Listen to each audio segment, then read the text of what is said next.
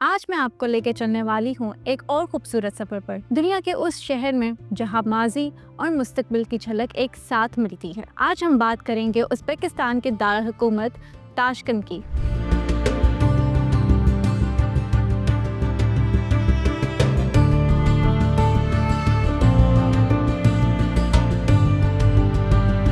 یہ ایک ایسا شہر ہے جو نہ صرف تاریخ کا امین ہے بلکہ جدید ترقی کی مثال بھی بنتا جا رہا ہے۔ تاشکند کا شمار ان قدیم شہروں میں ہوتا ہے جو چین اور یورپ کے درمیان عظیم شاہراہ ریشم پر واقع تھے۔ اس شہر کا ذکر ہمیں دوسری صدی قبل مسیح کے چینی، فارسی اور عربی ذرائع میں مختلف زبانوں جیسے یونی، چچ اور شاش کے طور پر ملتا ہے، جبکہ تاشکند کا نام ترک دستاویزات میں 9ویں سے 12ویں صدی کے درمیان سامنے آتا ہے۔ قدرتی حسن، معتدل موسم اور جغرافیائی اہمیت نے تاشکند کو ہمیشہ سے ہی شاہراہ ریشم کا اہم معاشرتی اور ثقافتی مرکز بنائے رکھا ہے۔ تیموری سلطنت سے لے کر شیبانی خاندان کے دور اور پھر روسی سلطنت تک تاشکند نے مختلف ادوار دیکھے۔ 1865 میں روسی جنرل کی فتح کے بعد تاشکند روسی سلطنت کا حصہ بنا اور 1930 میں اسے ازبکستان کا دارالحکومت قرار دیا گیا۔ ناظرین، تاشکند کی سیر اگر امیر تیموری چوک سے شروع کی جائے تو یہ نہ صرف جغرافیائی طور پر درست ہے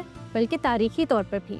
شہر کے عین وسط میں واقع یہ چوک آپ کو تاشکند کے ہر حصے تک لے جاتا ہے۔ چوک کے بیچوں بیچ امیر تیمور کا گھوڑے پر سوار مجسمہ موجود ہے جو ازبکستان کی نئی شناخت اور خود مختاری کی علامت بن چکا ہے۔ اس چوک کی تاریخ بھی کم دلچسپ نہیں۔ 1870 میں روسی سلطنت کے دور میں اسے کانسٹنٹائن اسکوائر کے نام سے بنایا گیا تھا، جو اس وقت کے نئے تاشکند کا مرکزی پارٹ تھا۔ اس کے ارد گرد اسکولوں اور رہائشی بینک کی خوبصورت عمارتیں تعمیر کی گئیں جنہوں نے اسے ایک علمی اور انتظامی مرکز کی شکل دی۔ اب بات کرتے ہیں اس مقام کی جو اس شہر کا روحانی مرکز ہے، حضرت امام کمپلیکس، جو قدیم شہر کے قلب میں واقع ہے، اور یہ کمپلیکس 1967 کے شدید زلزلے کے باوجود محفوظ ہے۔ یہ مقام پہلے تاشکند کے امام حضرت ابو بکر کفال شاشی کے مزار کے قریب تعمیر کیا گیا۔ اس کمپلیکس میں شامل ہیں تلیہ شیخ مسجد، بارق خان مدرسہ، کفال شاشی مزار اور امام بخاری اسلامی ادارہ۔ یہاں موجود کتب خانہ نہایت اہم ہے، جہاں قدیم مشرقی مخطوطات رکھے گئے ہیں، جن میں سے سب سے اہم تیسرے خلیفہ حضرت عثمان غنی کے ہاتھ سے لکھا ہوا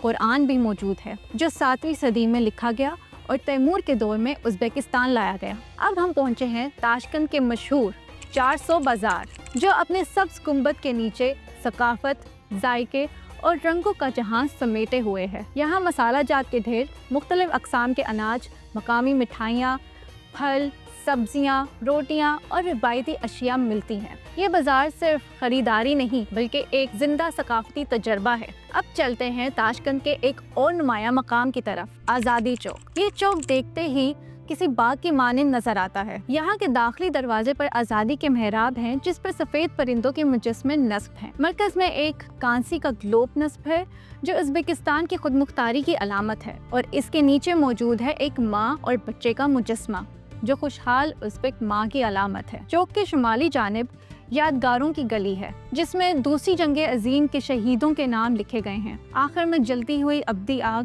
اور غم زدہ ماں کا مجسمہ ہمیں امن کے لیے دی جانے والی قربانیوں کی یاد دلاتا ہے۔ اس شہر کی ہر گلی میں چھوٹے چھوٹے چائے خانے اور ریسٹورانٹ نظر آتے ہیں جہاں قومی پکوان پیش کیے جاتے ہیں۔ پلاؤ، شورپا، لگمن، شاشلک، سمسا اور شورما، یہ سب نہایت مزیدار اور سستے داموں دستیاب ہیں۔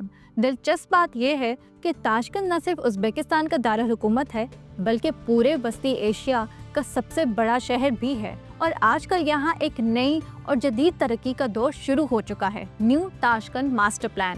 اس پلان کے تحت شہر کے قریب 6000 سیکٹرز پر محیط ایک نیا علاقہ 2045 تک آباد کیا جائے گا۔ اس منصوبے میں نئے تجارتی مراکز، میڈیا اور سائنسی ادارے، نئی سڑکیں اور دارالحکومت کو اس نئے شہر سے جوڑنے والے اہم راستے شامل ہیں۔ یہ ترقی تاشکند کی آبادی کو 2 گنا کرنے کی صلاحیت رکھتی ہے۔ ساتھ ہی یہاں کے رہائشیوں کے لیے ماحول کو بہتر بنانے کے لیے 2 لاکھ درخت لگانے اور کئی پلوں کی تعمیر کا بھی منصوبہ ہے۔ یہ سب تاشکند کو نہ صرف ایک جدید شہر بلکہ ماحول دوست اور متوازن شہری ترقی کی ایک شاندار مثال بنانے کی طرف گامزن ہے۔ تو ناظرین، اگر آپ کو موقع ملے تو تاشکند ضرور دیکھنے جائیں، کیونکہ یہاں تاریخ کے ساتھ ساتھ جدید ترقی بھی آپ کی منتظر ہے۔